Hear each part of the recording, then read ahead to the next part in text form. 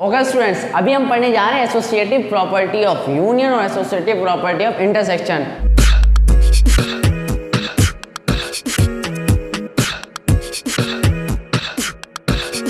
देखते हैं associative property of union क्या कहती है। एक्चुअल बात क्या है, इधर मैं आपको बताता हूँ कि फर्ज करें आप कोई भी तीन सेट ले लें, आप कोई भी तीन सेट ले लें। पहले किसी भी दो सेट्स का आप क्या ले लें, यूनियन। उसका जो आंसर आया ना इस पूरे का, उसका आप तीसरे सेट के साथ क्या लें, यूनियन।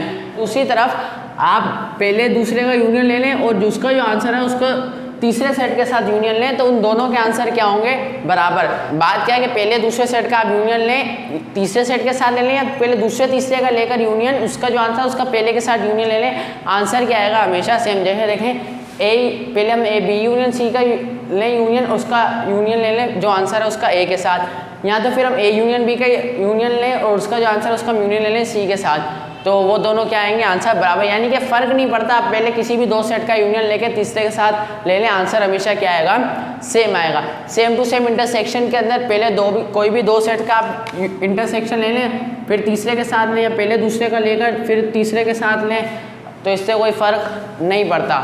सेम टू सेम दोनों के कॉन्सेप्ट सेम है। तीन सेट हैं, किसी भी पहले दूसरे सेट का यूनियन ले लें, किसी भी पहले दूसरे सेट का इंटरसेक्शन ले लें, फिर उसका जो आंसर आए ना टोटल का आंसर, उसका आप तीसरे के साथ यूनियन ले लें, ठीक है। तो आंसर क्या आएगा, हमेशा सेम। उम्मीद है आपको समझ में आएगी। अच्छा तो अब चलते हैं एसोसिएटिव प्रॉपर्टी ऑफ यूनियन की एग्जाम का। Verify the associative property of union intersection for the following sets, यानी कि यूनियन और इंटरसेक्शन दोनों की एसोसिएटिव प्रॉपर्टी को आपने क्या करना है, प्रूव करना है। तो कोई मुश्किल नहीं है, मेरे साथ समझो और आपको भी बच्चों वाला लगने लगेगा।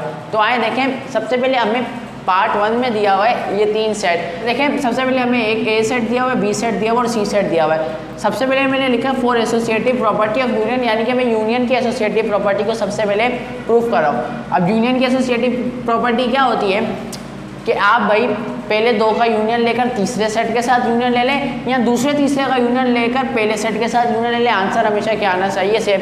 ये देखें जो ब्रैकेट्स लगे ना, ये ब्रैकेट, इसका मतलब है पहले इसको सॉल्व करें, यानी कि आप ए यूनियन बी को सॉल्व करें और जो आंसर है टोटल उसका आप यूनियन लें सी के साथ। यहाँ अच्छा हमको सिखा रिया है। यहाँ पहले बी यूनियन सी को सॉल्व करें और उसका जो टोटल आंसर है उसका आप यूनियन लें ए के साथ, तो दोनों साइड के आंसर क्या आने चाहिए, बराबर। तो सबसे पहले हम बारी बारी एक एक साइड को सॉल्व करते हैं। तो सबसे पहले हमने ये लेफ्ट हैंड साइड ले ली है, पूरी लेफ्ट हैंड साइड, फिर हम ये पूरी राइट हैंड साइड ले लेंगे, ठीक है। सबसे पहले लिखा टेकिंग लेफ्ट हैंड साइड, ये पूरी हमने लेफ्ट हैंड साइड ले ली है। अब इसके अंदर सबसे पहले ब्रैकेट लगा हुआ है ए यूनियन बी। अब ए यूनियन बी सबसे पहले मालूम करना है, तो देखें ए यूनियन बी लिखा है, फर्स्ट फाइंड मैंने लिख दिया A union B. A union B A का सेट ऊपर से देख के लिख लिया, फिर यूनियन की जगह यूनियन बी का सेट भी हमने ऊपर से देख कर लिख लिया। ए यूनियन बी हमें दिया हुआ है। अब हमने क्या निकालना है, इसका यूनियन। यूनियन का मतलब तरतीब से लिखना है, तरतीब से लिखना हमें आता है, कोई मुश्किल नहीं है, 2 क्लास के बच्चों को भी आता है। तो देखिए सबसे पहले 2 लिखेंगे, दोनों सेट के अंदर जो एलिमेंट्स हैं उनको हमने अरेंजमेंट से लेना, 2 4 5 10 और फिर इधर से 15 आ जाएगा और फिर 20। अच्छा याद रहे जो एलिमेंट 2 दफ़ा रिपीट होते हैं हम उसको यूनियन में एक ही दफ़ा लिखते हैं।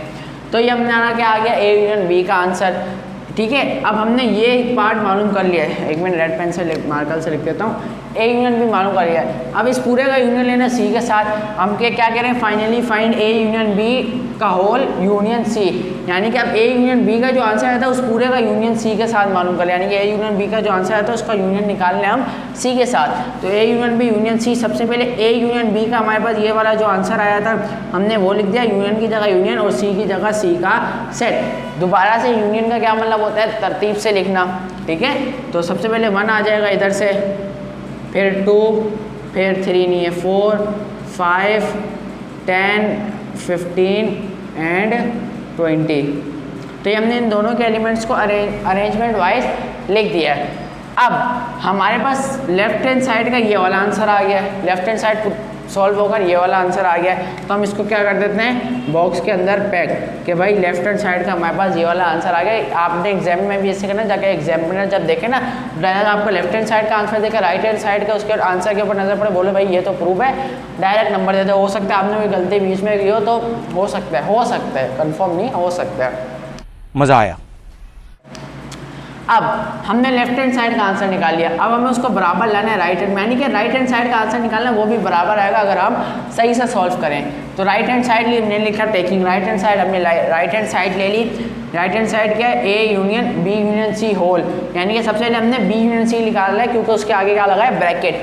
अब बी यूनियन सी लिख दिया first point, B union C, B का यूनियन निकालना है सी के साथ, बी का सेट यूनियन फिर सी का सेट। अब बी यूनियन सी का देखें, सबसे पहले क्या आ जाएगा, अरेंज करके अगर हम यूनियन में लिखें 1 2 और 5, फिर आ जाएगा हमारे पास 10 देन 15 और फिर 20।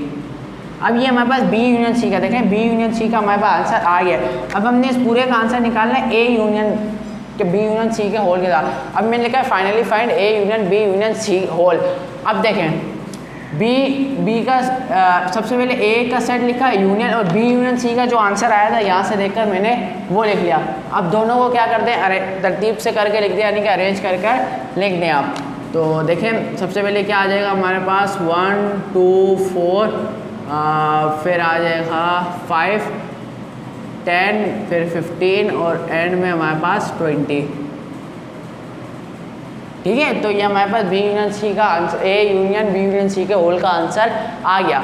अब इसको भी हम क्या कर देते हैं, बॉक्स के अंदर पैक। ठीक है, अब देखें जो हमारे पास राइट हैंड साइड का आंसर है ना, same to same left hand side का है। इसका मतलब एसोसिएटिव प्रॉपर्टी हमारी क्या होगा, पूरी, क्योंकि राइट हैंड साइड का जो आंसर है वही हमारे पास आंसर आया लेफ्ट हैंड साइड का। सेम काम कर रहे हैं इंटरसेक्शन के लिए, एसोसिएटिव प्रॉपर्टी ऑफ इंटरसेक्शन को प्रूव करें। तो देखें A union B intersection C, A intersection B intersection, यानी कि आप पहले A intersection left hand side लेकर जो आंसर आएगा वही राइट हैंड साइड करना चाहिए, सेम जैसे इंटरसेक्शन में हुआ था। तो लेफ्ट हैंड साइड ले ली। अब लेफ्ट हैंड साइड में ब्रैकेट में बंद है ए इंटरसेक्शन बी, यानी कि सबसे पहले हमने ए इंटरसेक्शन बी मालूम करना है। तो ए का सेट इंटरसेक्शन बी का सेट। इंटरसेक्शन मतलब क्या होता है, जो दोनों में कॉमन हो। देखें दोनों में सेम क्या है, क्या आ गया, कहाँ गया, 5 आ गया सेम और 10, तो 5 और 10 सेम है दोनों में, इसके अलावा कुछ और सेम नहीं। तो कॉमन जो होता है वही हमारे इंटरसेक्शन का आंसर आता है 5 एंड 10। अब देखें ए इंटरसेक्शन बी हमें मालूम हो गया है। अब इसका इंटरसेक्शन निकालने सी के साथ, तो finally find A intersection B का whole intersection C. A intersection B intersection, यानी कि ए इंटरसेक्शन बी का हमारे पास जो आंसर आया है, 1 मिनट 20 भी सेम है, सॉरी 20 भी इधर सेम है। तो इसको ज़रा सा सोल्व कर दूँ, माजरत खाऊँ आपसे, बस ठीक है। तो ए इंटरसेक्शन बी का जो आंसर है उसका इंटरसेक्शन ले रहे हैं सी के साथ, यानी कि जो सी का हमारे पास सेट था। अब देखें इंटरसेक्शन मतलब जो दोनों में कॉमन आ रहा है, तो कॉमन क्या आ रहा है, 5 10 और 5 और 10। तो इधर आंसर क्या आया हमारे पास, 5 और 10, तो 5 और 10।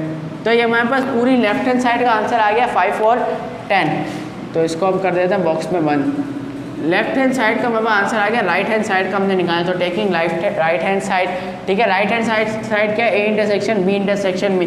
अब ब्रैकेट में क्या बनना है, बी इंटरसेक्शन सी। तो हमने सबसे पहले क्या निकालना है, बी इंटरसेक्शन सी। तो first find B intersection C, तो बी का सेट इंटरसेक्शन सी का सेट। अब देखें इंटरसेक्शन मतलब जो दोनों में कॉमन आता है, तो कॉमन क्या आ रहा है इन दोनों में, आपको क्या नज़र आया, मुझे तो 5 10 और 5 10 ही कॉमन नज़र आया, तो 5 10 ही आंसर है। ठीक है इस पार्ट का।